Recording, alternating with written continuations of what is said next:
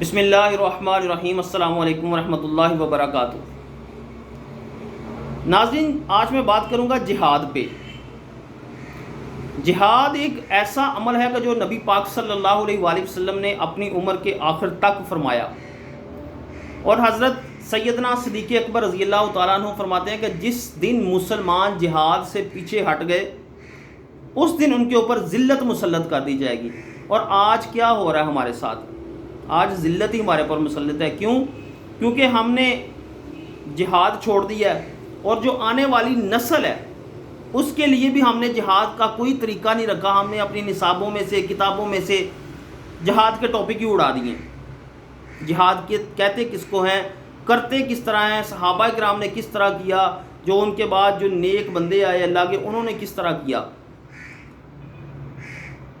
اگر آج ہم ان کو نہیں بتائیں گے، ہماری آنے والی نسل کو نہیں پتہ، تو وہ اپنی نسل کو کس طرح بتائیں گے آگے کہ جہاد کیا ہوتا ہے۔ تو اگر میں جہاد کی بات کروں تو میرے سامنے ایک ایسا جیر، ایک ایسا سپہ سالار میرے ذہن میں ایک نام آ رہا ہے، حضرت صلاح الدین ایوبی رحمۃ اللہ تعالیٰ علیہ۔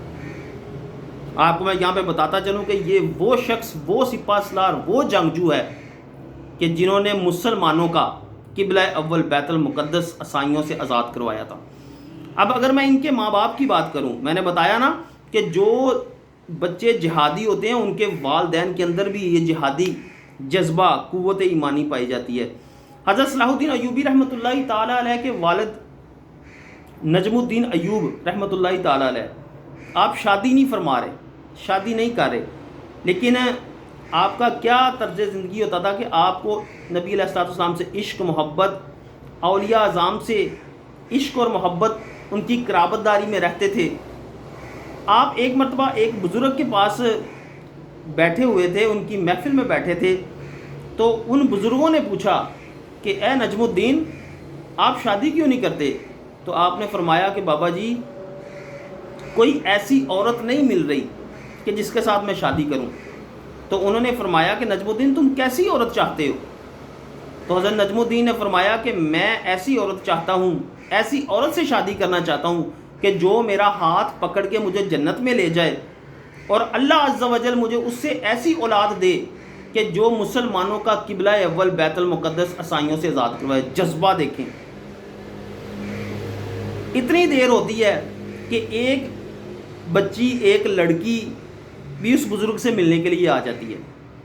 تو آپ وہ بزرگ نجم الدین ایوبی رحمۃ اللہ علیہ سے کہتے ہیں کہ آپ 2 منٹ انتظار فرمائیں، میں ذرا اس بیٹی کی بات سن لوں، میں دوبارہ آپ سے بات کرتا ہوں۔ آپ تھوڑا سا ہٹ کے اس بچی کی بات سنتے ہیں، تو آپ وہ جو بھی باتیں کر رہے ہیں نجم الدین ایوب ان کو سن رہے ہیں۔ اب وہ باتوں کیا کر رہے ہیں، اتنی باتوں میں ان بزرگوں نے بھی اس بچی سے پوچھا کہ اے بیٹی، تم شادی کیوں نہیں کرتی؟ تو اس لڑکی نے کہا کہ بابا جی، مجھے کوئی ایسا مرد نہیں ملا کہ جس کو میں سمجھوں کہ وہ میرے ساتھ شادی کے لائق۔ تو اب ان بزرگوں نے فرمایا کہ بیٹی، تم کیسا مرد چاہتی ہو؟ تو انہوں نے بھی وہی جواب دیا کہ ایسا مرد چاہتی ہوں کہ جو میرا ہاتھ پکڑ کے مجھے جنت میں لے جائے، اور اللہ عز و جل مجھے اس مرد سے ایسی اولاد عطا فرمائے کہ جو مسلمانوں کو قبلہ اول بیت المقدس کو عیسائیوں سے آزاد کروائے۔ اس طرح پھر وہاں پہ ملاپ ہوا۔ اب دیکھیں، شوہر کا بھی وہی جذبہ ہے، بیوی کا بھی وہی جذبہ ہے، تو پھر اللہ عز و جل صلاح الدین ایوبی رحمۃ اللہ تعالیٰ علیہ جیسی اولاد کیوں نہ عطا فرمائے۔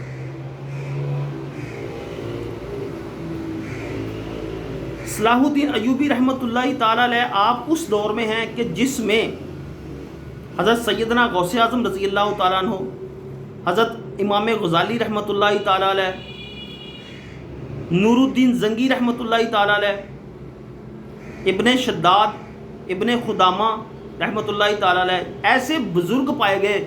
اور آپ کے چونکہ آپ کے والدین، آپ کے جو والد صاحب تھے نجم الدین ایوب، ان کا جو طریقہ کار تھا کہ وہ اولیاء اللہ کی محافل میں جایا کرتے تھے، اور پھر غوث پاک رضی اللہ تعالیٰ عنہ جیسے جو وقت میں موجود ہوں تو ان کی محفل میں جانا، ان سے فیض حاصل کرنا، نبی علیہ الصلوۃ والسلام کی بتائی ہوئی تعلیم ان سے لینا، کیا کمال ہی بات تھی. حضرت نجم الدین ایوب جو ہے نا اپنے بیٹے صلاح الدین ایوبی کو بھی حضرت غوث پاک رضی اللہ تعالیٰ عنہ کی محفل میں لے جایا کرتے تھے، اور آپ 10 سال کی عمر میں ہی وہاں پہ بیعت ہو گئے. اور قصہ مختصر کروں کہ نور الدین زنگی رحمۃ اللہ تعالیٰ علیہ کی جو فوج تھی نا، وہاں سے آپ نے صلاح الدین ایوبی نے اپنی جو جہادی طاقت تھی نا، جو اپنا جہادی جذبہ تھا نا، وہ نور الدین زنگی رحمۃ اللہ علیہ کی فوج سے شروع کیا. صلاح الدین ایوبی رحمۃ اللہ علیہ کے چچا تھے شیرکو، وہ نور الدین زنگی رحمۃ اللہ علیہ کی فوج میں کام کرتے تھے.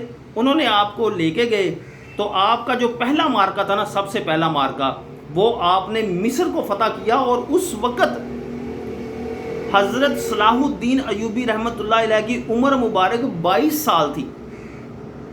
اب یہاں پہ غور کریں کہ جہاد کے لیے عمر کوئی معنی نہیں رکھتی، صرف قوت ایمانی، عشق رسول صلی اللہ علیہ وآلہ وسلم ہی اس چیز کو لیا جاتا ہے.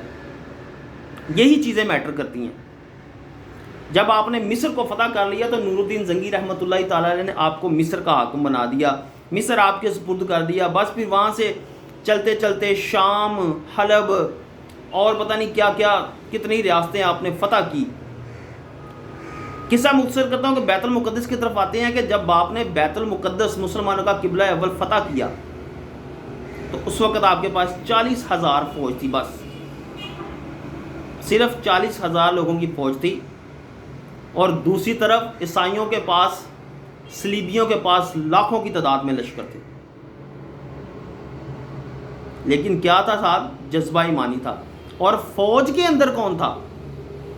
جو جہادی جوان تھے، مسلمان جوان تو تھے، لیکن ان کے اوپر جو سپہ سالار تھے، ان کے اوپر جو چیف ایڈیٹر تھے، وہ کون تھے؟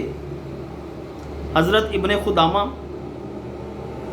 غوث پاک رضی اللہ تعالی عنہ کے شاگرد، امام غزالی رحمۃ اللہ علیہ کے مدرسے کے طلباء، ابن شداد، یہ ساری وہ ہستیاں آپ کی فوج کے اندر شامل تھی. علماء اکرام تھے، مفتی تھے، قاری تھے، عالم تھے، قرآن کے حافظ تھے.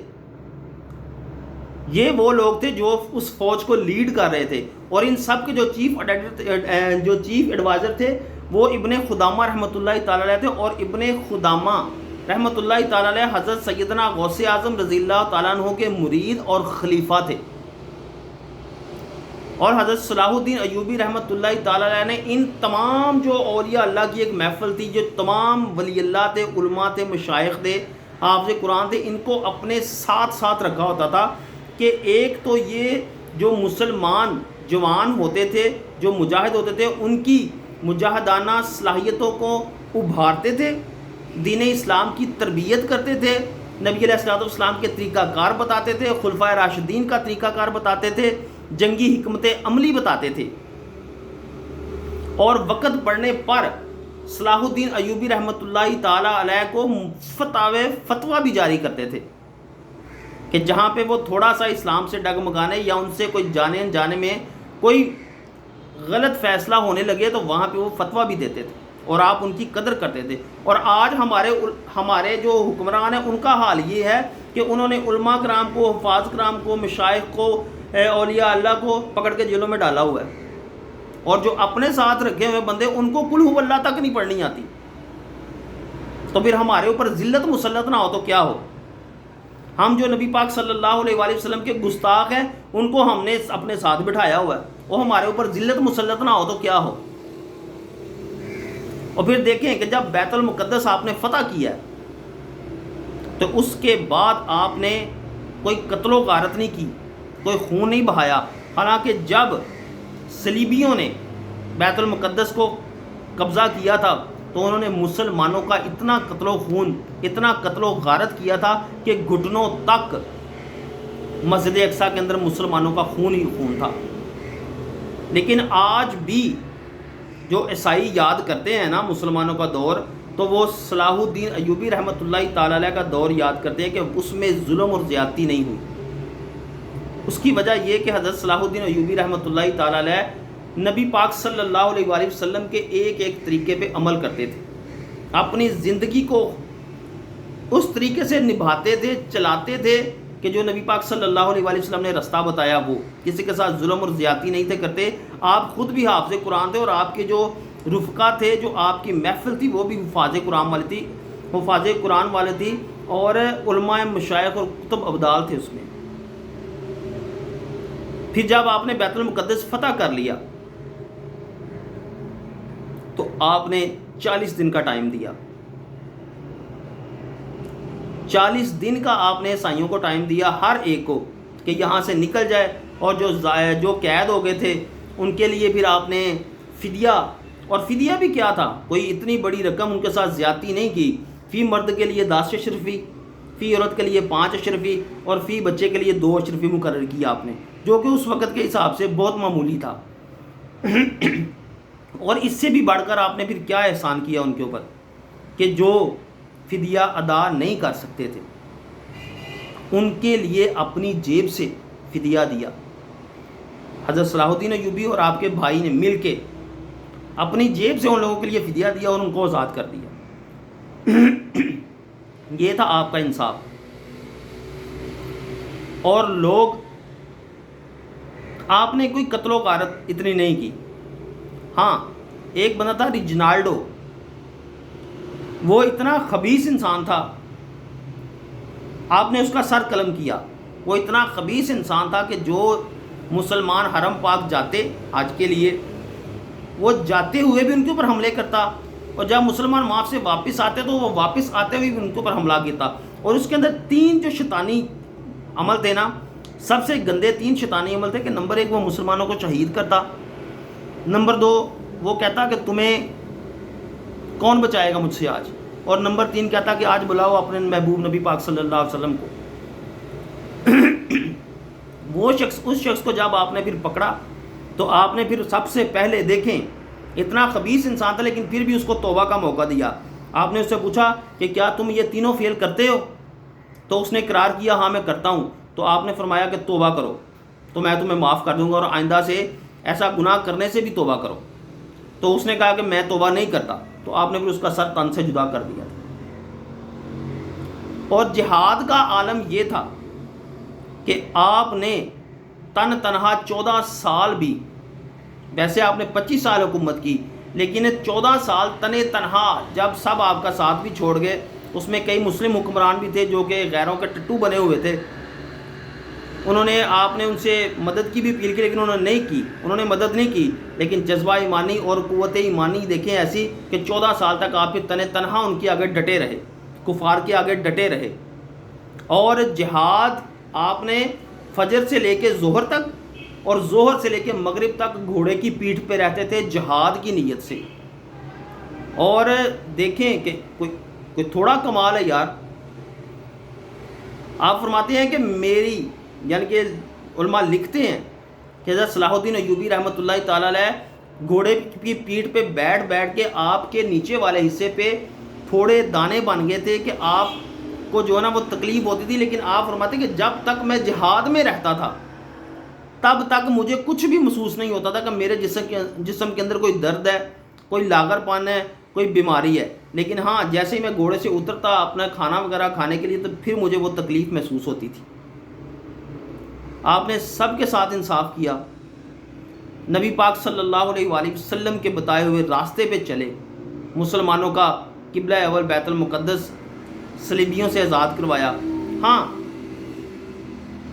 وہ جو پورنوگرافی ہے, جو گندگی ہے, سوشل میڈیا جس کو آج کل کہہ لیں کہ YouTube, Twitter, WhatsApp, Facebook, یہ سارے حربے بھی صلاح الدین ایوبی رحمۃ اللہ تعالیٰ علیہ کے دور میں آپ کے جو فوج کے سپاہ سالار تھے, جو فوجی جوان تھے, ان کے اوپر آزمائے تھے. پھر غیروں نے جب انہوں نے دیکھا نا کہ مسلمانوں کو اس طرح فتح نہیں کیا جا سکتا, مسلمانوں کو اس طرح یہاں سے نہیں نکالا جا سکتا, تو پھر انہوں نے یہ پورنوگرافی والی اپنی عورتوں کو ننگا کر کے, اپنی ویڈیوز بنا کے, تصویریں بنا کے اس طرح پھر پھیلانا شروع کی تاکہ مسلمان بہک جائے. لیکن وہ کیوں نہیں بہکے؟ کیونکہ ان کے اندر جذبہ جہاد تھا, نبی علیہ الصلوۃ والسلام سے عشق اور محبت تھا, علماء اکرام کا ساتھ تھا, پیران اعظام اولیاء اعظام کا ساتھ تھا, اس لیے وہ نہیں بہک سکے. اور آج ہمارا حال یہ ہے کہ گھر گھر میں بے حیائی, اور بغیرتی ناچ رہی ہے، اس کی وجہ یہ ہے کہ ہم نے جذبہ جہاد اور جذبہ ایمانی کو چھوڑ دیا۔ اللہ پاک نبی علیہ الصلوۃ والسلام کا صدقہ ہمیں صلاح الدین ایوبی جیسے اور حکمران عطا فرمائے اور ہمارے اندر بھی جذبہ جہاد کی قوت کو پیدا فرمائے۔ اگر آپ کو ویڈیو اچھی لگے تو پلیز اس کو سبسکرائب کریں اور آگے شیئر کریں۔ کاش کہ کسی کے دل میں اتر جائے میری بات۔ وما علینا الا البلاغ۔